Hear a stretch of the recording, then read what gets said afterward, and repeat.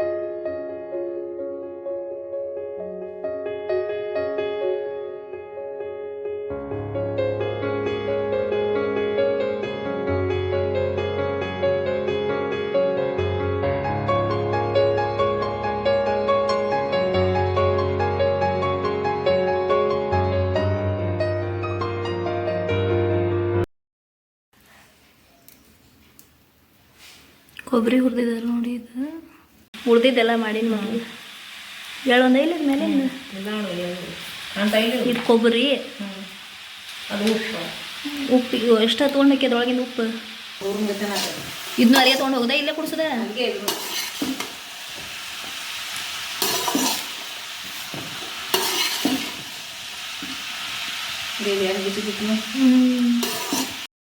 Friends ಇವಾಗ ನೋಡ್ಬೋದು ಲಾಸ್ಟಲ್ಲಿ ಈರುಳ್ಳಿ ಫ್ರೈ ಮಾಡ್ತಾ ಇದ್ದಾರೆ. ಈರುಳ್ಳಿ ಫ್ರೈ ಮಾಡುವಾಗ ಸ್ವಲ್ಪ ಅಡುಗೆ ಸೋಡಾ ಹಾಕ್ಬಿಟ್ರೇ ಅದು ಈರುಳ್ಳೆಲ್ಲ ಬೇಗ ಫ್ರೈ ಆಗಿಬಿಟ್ಟು ಸ್ಮ್ಯಾಶ್ ಆಗಿಬಿಡುತ್ತೆ. ಯಾಕಂದರೆ ಅದು ಒಂಥರ ಬೇಗನೆ ಸೋಡಾ ಹಾಕೋದ್ರಿಂದ ಫುಲ್ ಮೆತ್ತಗಾಗ್ಬಿಡುತ್ತೆ. ಹಾಗಾಗಿ ಇದನ್ನು ಸೋಡಾ ಪುಡಿ ಹಾಕಿದ್ದಾರೆ ನಮ್ಮಮ್ಮ. ಇಲ್ಲಿ ನೋಡ್ಬೋದು, ಇದು ಟಿಪ್ ಅಂತಲೇ ತಿಳ್ಕೊಳ್ಳಿ ಫ್ರೆಂಡ್ಸ್. ಈರುಳ್ಳಿ ಬೇಗ ಸ್ಮ್ಯಾಶ್ ಆಗಲಿಕ್ಕೆ ಸ್ವಲ್ಪ ಸೋಡಾ ಪುಡಿ ಹಾಕ್ಬಿಟ್ರೆ ಬೇಗ ಸ್ಮ್ಯಾಶ್ ಆಗಿಬಿಡುತ್ತೆ ಅದು. ಎಲ್ಲ ಮಸಾಲ ಫ್ರೈ ಆದಮೇಲೆ ನೋಡ್ಬೋದು ಇವಾಗ ಇಲ್ಲಿ ಈ ಕಡೆ ಮೆಣಸಿಕಾಯಿನೂ ಇಟ್ಕೊಂಡಿದ್ದಾರೆ. ನಮ್ಮಮ್ಮ 2 kg 2.5 kg ಮಸಾಲೆ ಖಾರ ಮಾಡ್ತಾ ಇರೋದಾರೆ. ಇಲ್ಲೆಲ್ಲ ಮಸಾಲ ಫ್ರೈ ಮಾಡಿರೋದು ಇಟ್ಕೊಂಡಿದ್ದಾರೆ, ಕೊಬ್ಬರಿ ಇಟ್ಕೊಂಡಿದ್ದಾರೆ, ಮತ್ತು ಈರುಳ್ಳಿ ಬೆಳ್ಳುಳ್ಳಿ ಅದು ಫ್ರೈ ಮಾಡ್ಕೊಂಡಿದ್ರಲ್ಲ ಅದು ಇಟ್ಕೊಂಡಿದ್ದಾರೆ. ಇವಾಗ ನೋಡ್ಬೋದು ಮಷಿನ್ ಕಸ್ಕೊಂಬರೋಕ್ಕೆ ಹೋಗ್ತಾ ಇದ್ದಾರೆ ಅವರು. ಈ ಥರ ಎಲ್ಲ ತೊಗೊಂಡು ಹೋಗಿದ್ದಾರೆ. ಫ್ರೆಂಡ್ಸ್ ನೋಡ್ಬೋದು ಇಲ್ಲಿ ಫೈನಲಿ ಮಸಾಲೆ ಖಾರ ಎಲ್ಲ ರೆಡಿ ಆಯಿತು. ಮಷಿನ್ಗೆಲ್ಲ ಹಾಕಿಸ್ಕೊಂಬಂದ್ರು ಹೋಗಿಬಿಟ್ಟು. ಇವಾಗ ಮಷಿನ್ಗೆಲ್ಲ ಹಾಕ್ಸ್ಕೊಂಬಂದ್ಮೇಲೆ ಅದನ್ನೆಲ್ಲ ಓಪನ್ ಮಾಡಿಬಿಟ್ಟು ಇವಾಗ ನಮ್ಮವ್ವ ಇದ್ದಾರಲ್ಲ ಅದನ್ನೆಲ್ಲನೂ ಮಿಕ್ಸ್ ಮಾಡ್ಕೋತಾ ಇದ್ದಾರೆ.